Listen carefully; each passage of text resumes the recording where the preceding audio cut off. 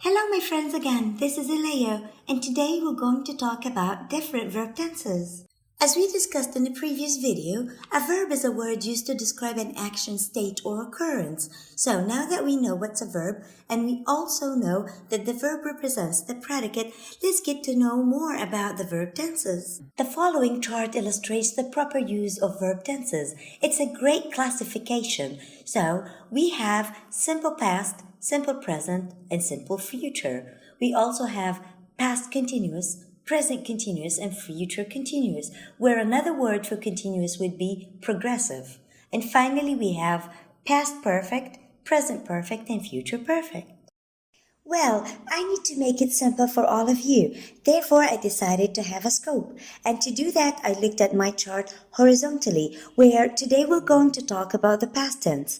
And to do that, we need to speak about the simple past tense, the past progressive or continuous, and finally the past perfect tense. Let's start with the simple past tense. The simple past tense is a verb tense that is used to talk about things that happened or existed before now. It emphasizes that the action is finished. So, it's something that started at a certain point of time in the past and already finished in the past.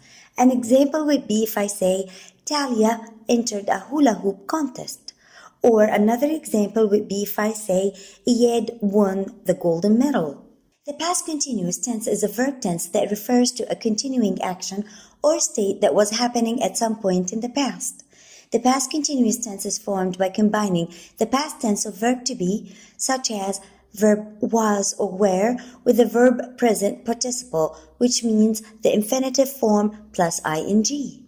An example would be if I say, the sun was shining brightly. So, the sun already shone, but it is still shining. So, I'm saying the sun was, shine is my verb plus ing.